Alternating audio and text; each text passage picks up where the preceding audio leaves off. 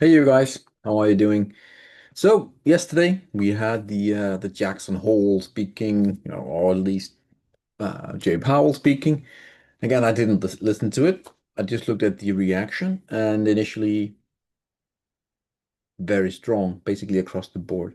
The reason were yesterday, at least one of the reasons were that the Dixie lost 1%, and that is quite a lot. Um, so yeah, they are as far as I can see here or read, like 80% sure that they're going to cut rates in September. I just want to show you, uh, you know, um, rate cuts. It's not because things are good. Right? It's not because things are honky donkey and we're gonna just be on this, you know, purple cloud forever. No, it means that things are not looking good. That's why they cut. Otherwise, they wouldn't cut. You can see here we started to cut in early 1990. You had some big market correction there. You have the 2000, so just before the dot-com bubble, they cut rates. That was bad. 2007, and then 2008, you had a big crash, right? And then, of course, the 2020 planned version there, you also had a big crash as well. Short-lived, I know. So cutting rates means that things are not good and they want to, you know, get more money into the system by lowering rates so people can lend more, banking can lend more at a cheaper cost. Um, And this will be the first time that they do it in a bond market that is broken, right? The bond market broke in 2021, April-ish. Um, so this will be the first time where they cut rates in a broken bond market. I don't think it's not going to turn out great. That is my take on things. Anywho, my initial thought were to go through, the entire list that we have on silver and gold stocks. But again, I looked through them, and the ones we have been talking about for basically the last year, more or less, I think 8 out of 10, even I will say, if not more. Again, it's doing its thing at the moment, so it looks good. So I didn't want to bother you with 40 minutes of me just looking at it and I say, oh, it looks good. It's still good, blah, blah, blah. So, you know the deal here. We have, again, a lot of silver stocks that we look at. Of course, yesterday, all green, but that's not the point. Um, but I found a few stocks that we will look at the end of the video, and then I will just briefly go through the reaction from yesterday. Even though, again, yeah, it is what it is, right? Let's see here. So silver popped like 2%. Okay, fair enough. It hasn't changed a whole lot really. Um, for silver, we're still on track. We're still looking good on the weekly. Daily momentum, as you can see here. Getting if we can break that, we are going to go for a big run. I could see 50, 60, 70 easily. I think we're going to run all the way up to this one here. These two highs on the momentum. That's a good starting point. So silver, cool. It is again good day. But I'm also very interested in seeing what happens Monday, right? Typically the day after news is the more important one. So gold, good old Goldie here. Nothing changed, other than we're still tightening up quite a bit. It's getting really tight now, right? And remember, anything north of 3,410, then we trigger the first target here. Well, that's not true. We trigger a move, not a move, but the first persistence is the all-time high, of course. And then we trigger 3,700, and then ultimately, I think 4K. The reason why 4K is also such a magnet, right, is because we broke out from here, roughly around here. Right? This is our breakout point. And if you do 100%, right, you get to 4,150. It's just, again, these 100% measured moves, they are, just getting hit so often, really. So I wouldn't be surprised to see that. And yeah, anything below, again, for gold here, 3,270. Then we're gonna correct quite hard, maybe down to 3K. You can see here Bollinger Band extremely tight. So either way we go. Again, you have the highs here. right? So right now we are playing, you can see this high is basically playing the Bollinger Band. So either way we break now, it's going to be a big one. Um, what else? So the ratio, okay, that's quite interesting. Nothing major, but we are trying to make new lows soon. That's good. Bitcoin here yesterday did a pop at the previous all-time high here. So like a double bottom here. But again, I'm not totally convinced that, crypto, at least Bitcoin is out of the woods yet here. I'm still having vibes that we could be topping out here. So I want to see a little bit more for Bitcoin. It doesn't mean that you're gonna sell it, right? But again, right now we're still stuck within a range since July, basically. So nothing new on crypto there, even though we did pop this little internal bull flag there again, broken below and then back above. So mixed. Let's see what happens. Palladium, I will skip because there's a buy signal on Palladium. It will come at the end of the video. Here we have platinum, still flagging. It didn't do a whole lot here. I think we can actually change it a little bit because I think these highs at the upper end are connecting quite well. Right? That's one there. See, we're still bear flagging a little bit here on platinum. So let's see what happens. I think if we can negate it, of course, to the upside, clearing the yellow, then we're definitely, again, it looks like we could be negating it. But I think the confirmation comes when we clear the perfect flag there. So rates, let's check out rates here. They didn't do a, yes, they came down, but only 1.5%. For the rates. So let's see here. We still need to take out that low in order to flush on the rates.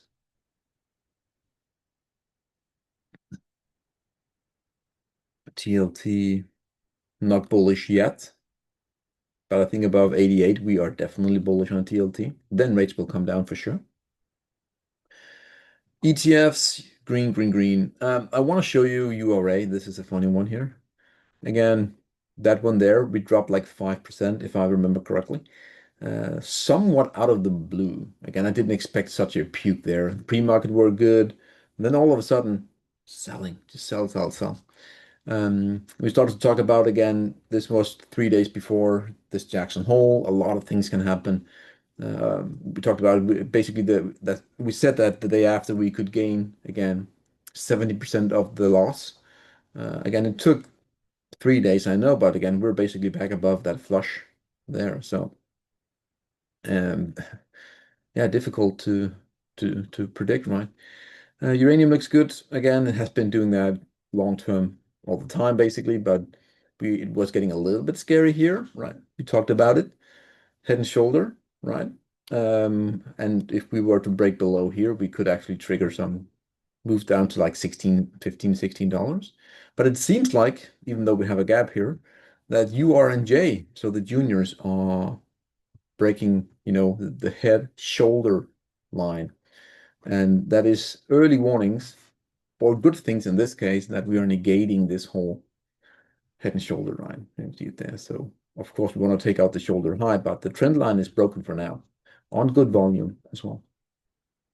So yeah, I don't have a lot more to, again, it's just, again, everything is green on the backbone of that Jackson Hole. That is also quite insane. Yes, that's a bicycle as well. Just remember that one. Cool. Good. We will do the stocks that I want to show you.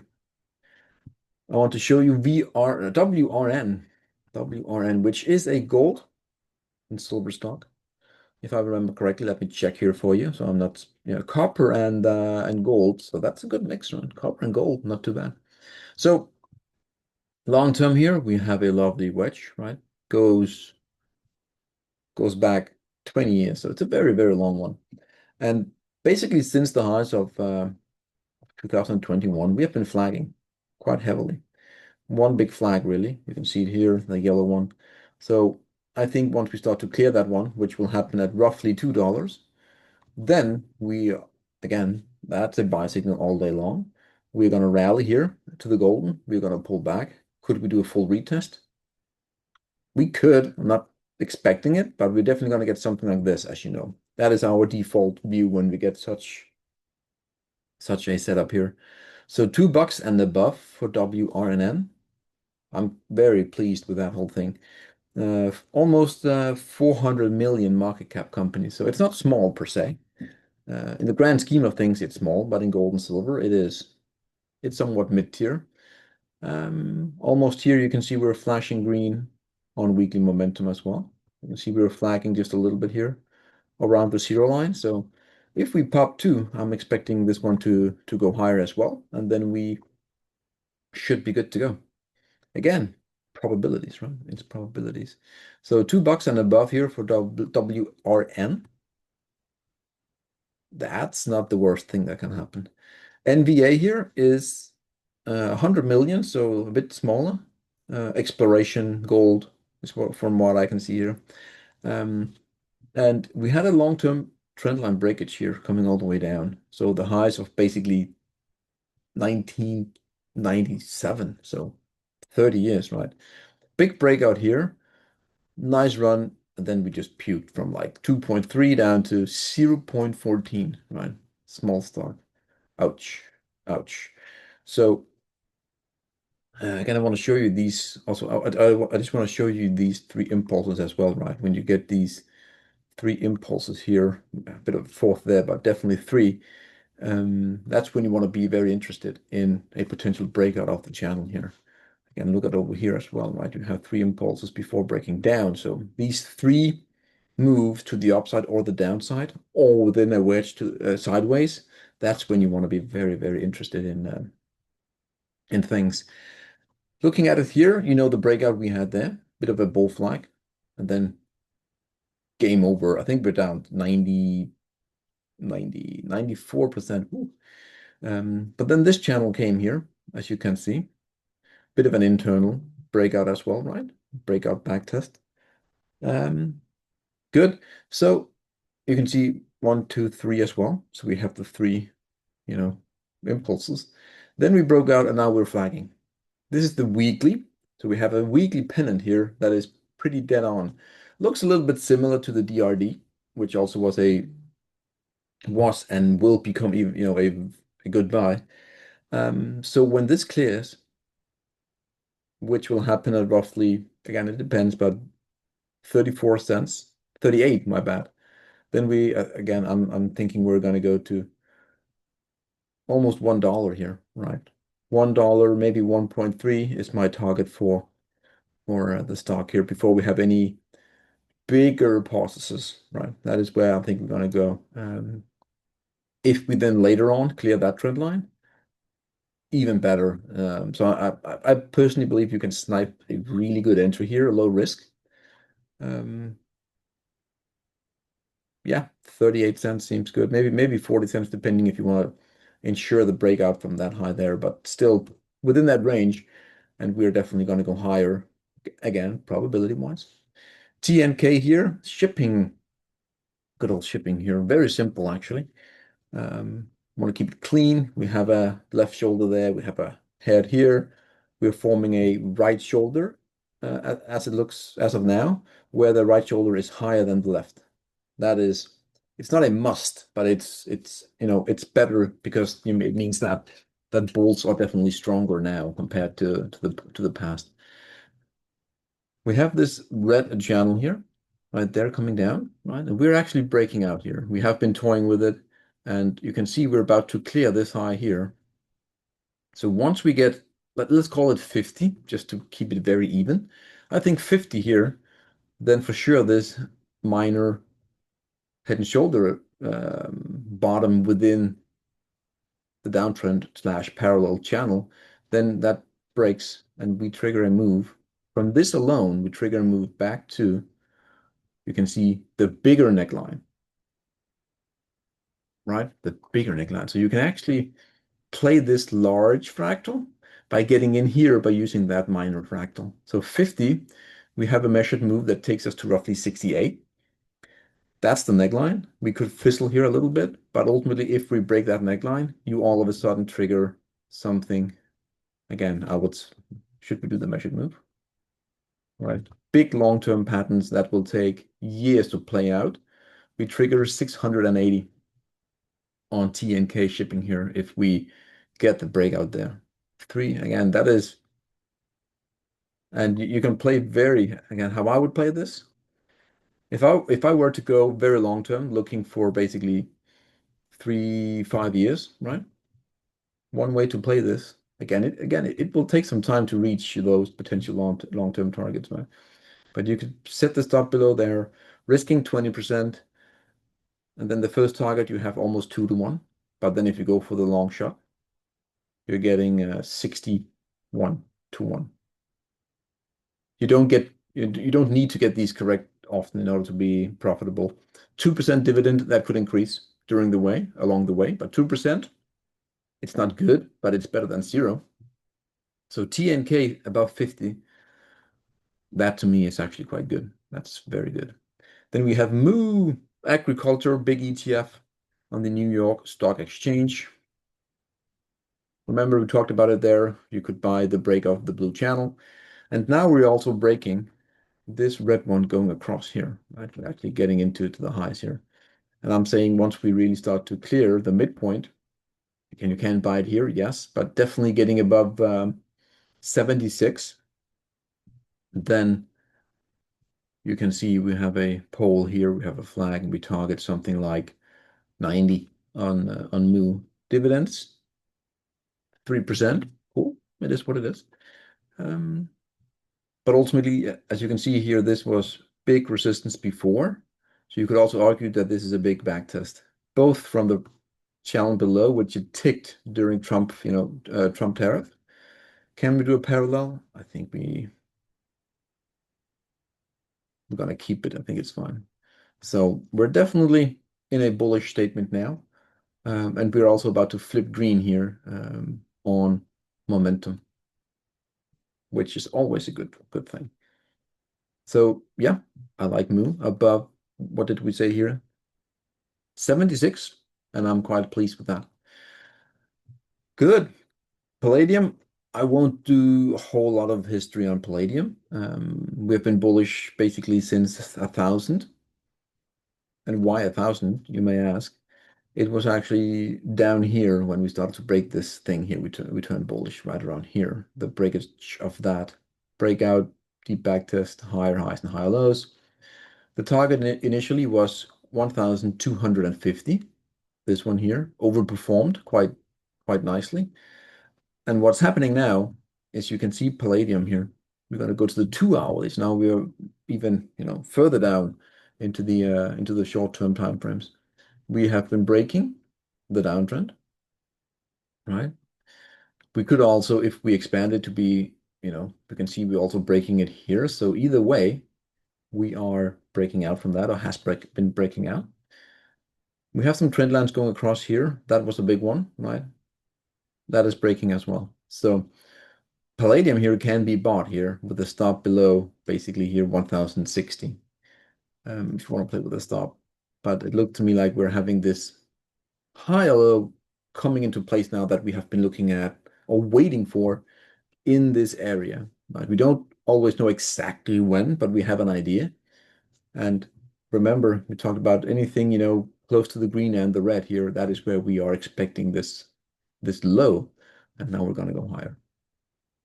What would be nice in Palladium is to get something like that, let's say. Then that will be an even bigger buy signal. But you can buy Palladium here now and just hold good risk and reward. And I expect, the next move up here will go to $1,600. Yeah. 1,600. Gold here is, again, let's do that so we can see here. Bit of a wild card.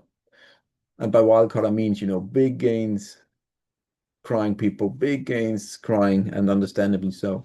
But look at this blue one here. Once we clear 1.25, that is breaking, right? That has been breaking, and we're definitely going to go higher. Targets-wise, as of now, a bit difficult, I will say, but the entry is very clear. When you break the blue, we are, again, most likely going to go higher in gold. The company, that is. SVM, we have been looking at that for quite a long time. No trigger yet. We have a big one here, by the way. That's going to be a massive entry. However, I think we can snipe it earlier here. And when we clear the blue, right, roughly $5 and above, then we're going to go to 6, pull back, and then we're going to break the red. Right, so $6 for SVM, and then we are in full, you know, mode of still playing this yellow option here. So we want to break the blue, tag the red for the third time. Third, we're going to pull back, and then we're going to go. Then the next target is 9, right? We'll be right around there, $9, right? Could it be something like that? Sure.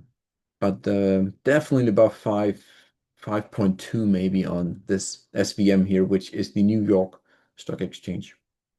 There is a Canadian ticker as well.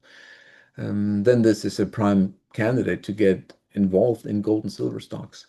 Remember, volatility is the name of the game, and you're going to be very happy for some weeks, and then the week after you can doubt everything that you know. So, but again, you have to looking at both sides of the coin. I have nothing more, to be honest. We shall see. I will do the subscriber request video maybe now or in the evening. Have a great day, guys. Cheers.